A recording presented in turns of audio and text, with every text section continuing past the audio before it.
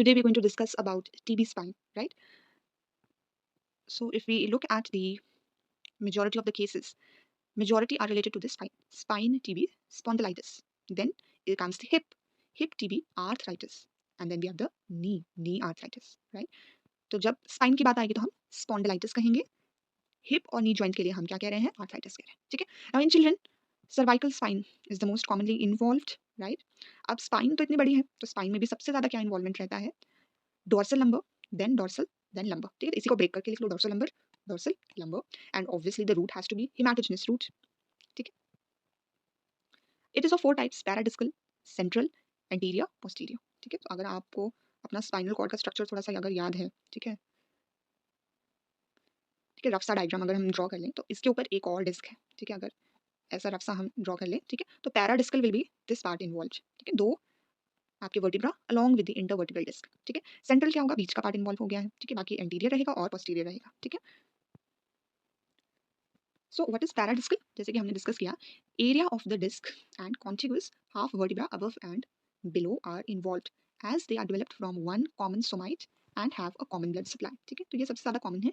और क्या कहा हमने कि यहाँ पे तो डिस्क इन्वॉल्व है, ठीक है, इंटरवर्टिब्रल डिस्क, साथ में आधी आधी ऊपर और नीचे की डिस्क, दिस आपका वर्टिब्रे इन्वॉल्व है, ठीक है। अब ऐसा क्यों हुआ, क्योंकि इन सबकी एक ही कॉमन ब्लड सप्लाई है, ठीक है, और साथ में जब इनका डेवलपमेंट भी हुआ था तो एक ही कॉमन सोमाइट से हुआ था, ठीक है।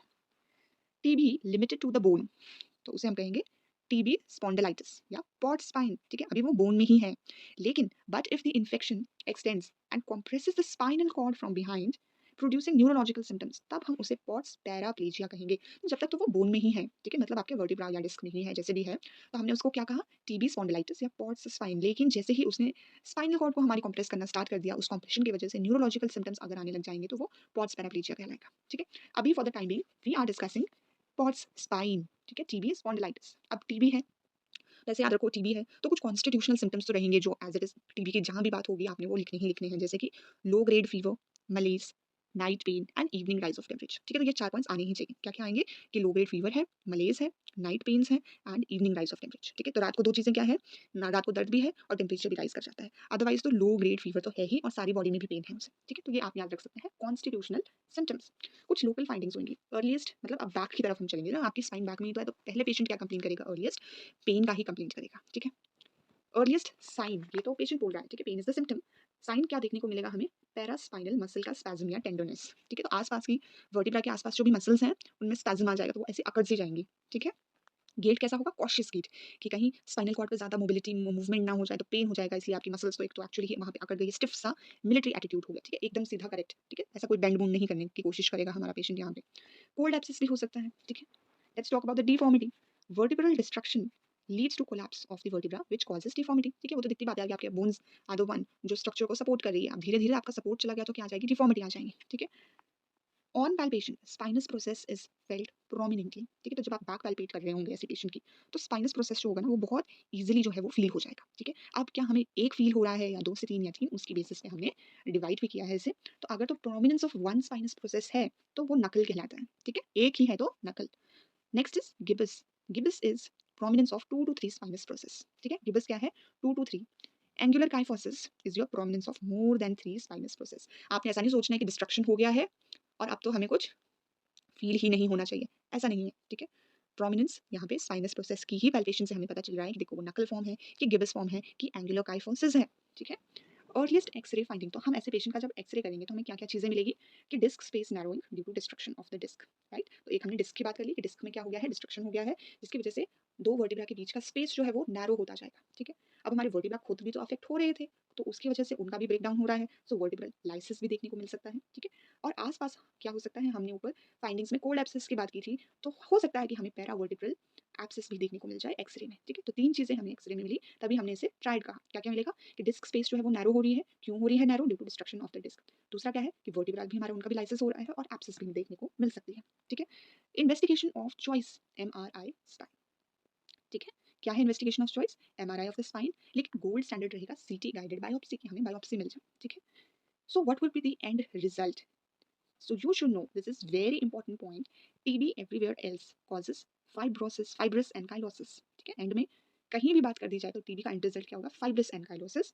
लेकिन in spine it's bony ankylosis. Okay, then let's talk about Pott's paraplegia. तो इसके causes, mechanical cause due to granulation tissue, ठीक है, कॉर्ड में एडिमा हो गया ड्यू टू इन्फ्लेमेशन या thrombosis of the spinal artery. तो हमने पॉट्स पैराप्लेजिया कहा था कि जब हमारी स्पाइनल कॉर्ड का इन्वॉल्वमेंट हो जाए जिसकी वजह से हमें न्यूरोलॉजिकल सिम्टम्स का मैनिफेस्टेशन दिखने लग जाए. ठीक है, तो उसका रीजन हमने क्या कहा कि एक तो कंप्रेशन है आपका, मैकेनिकल कॉज आपका ग्रैनुलेशन, ठीक है, ड्यू टू ग्रैनुलेशन टिश्यू जो है सेपरेशन कंप्रेशन हो रहा है आपके स्पाइनल कॉर्ड का. ठीक है, बाकी कॉर्ड में खुद खुद से ही एडिमा हो गया ड्यू टू इन्फ्लेमेशन, या तो जो स्पाइनल आर्टरी सप्लाई करती थी, ठीक है, उसमें क्या हो गया, थ्रोम्बोसिस हो गया. ठीक है, तो हमने क्या बात की कि न्यूरोलॉजिकल साइन की हम सबसे बात कर रहे हैं कि न्यूरोलॉजिकल साइन देखने को मिलता है. So what is the earliest neurological sign जिससे हमें पता चलेगा कि अब स्पाइनल कॉर्ड भी इन्वॉल्व हो गई है और पॉट्स पैराप्लेजिया हो गया है. तो वो क्या है आपका upper motor neuron lesion type of legion. ठीक है, तो टाइप ऑफ लीजन कैसी मैनिफेस्टेशंस रहेंगी, जैसे कि आपका अपर मोटर न्यूरॉन लीजन हुआ हो.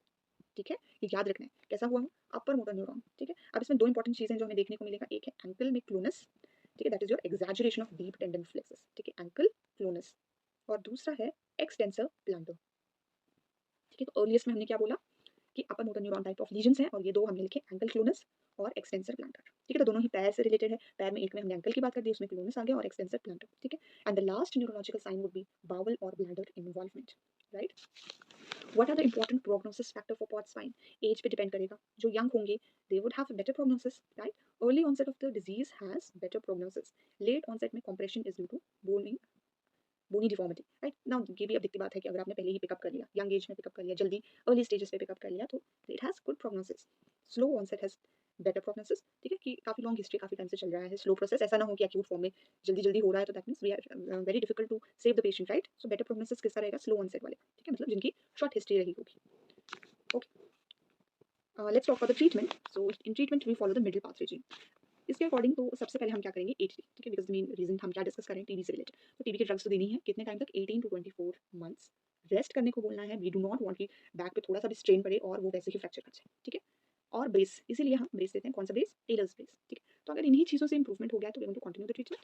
लेकिन इंप्रूवमेंट नहीं हुआ है या सिम्टम्स वर्स हो गए, या आपके आपके एंड वाले सिम्टम्स आ गए, बाउल एंड ब्लैडर इन्वॉल्वमेंट, और सर्जिकल डिकम्प्रेशन हमें करना ही पड़ेगा. ठीक है, सो अप्रोच रहेगा left anterolateral decompression plus autologous bone grafting and stabilisation of the spine. तो अप्रोच क्या रहेगी, एंटीरोलेटरल, वो भी लेफ्ट साइड से. ठीक है, then we can do bone grafting and we going to stabilise the spine. Now, why the left anterolateral side is preferred, as aorta is much easily repairable as compared to IVC. इसका मतलब हमारे right side क्या है, IVC है, और अगर IVC को injury हो गई तो उसका रिपेयर थोड़ा मुश्किल होगा, एओर्टा का इजीली है. ठीक है, so what would be the parts remove, हमें क्या क्या रिमूव करना पड़ेगा, रिब को, फिर ट्रांसवर्स प्रोसेस को, पेडिकल को, फिर हम वर्टिब्रल बॉडी को एंड द अफेक्टेड डिस्क. ठीक है, the differential diagnosis of central TB मतलब मेटास्टेसिस. अब टीबी में डिस्क इन्वॉल्व होती है. ठीक है, जो हमने अभी अभी देखा. ठीक है, और मेटास्टेसिस में डिस्क विल बी स्पेयर्ड. ठीक है, due to destruction of pedicle, वहाँ पे पेडिकल डिस्ट्रक्शन हो जाएगा. Winking owl sound sign. ठीक है, मतलब है कि दो डिफरेंशियल्स हमारे पास रहेंगे रिलेटेड टू स्पाइन में इन सिम्टम्स के साथ, कि मे बी टीबी हो या मेटास्टेसिस हो. तो हमने इसके फिर एक्सरेज एंड अगर एमआरआई कराया है उस बेसिस पे हम क्या देखेंगे कि टीबी में डिस्क इन्वॉल्व होती है, मेटास्टेसिस में डिस्क इन्वॉल्व नहीं होती है, लेकिन वहाँ पे हमें ड्यू टू पेडिकल्स का डिस्ट्रक्शन क्या देखने को मिलेगा, विंकिंग आउल साइन.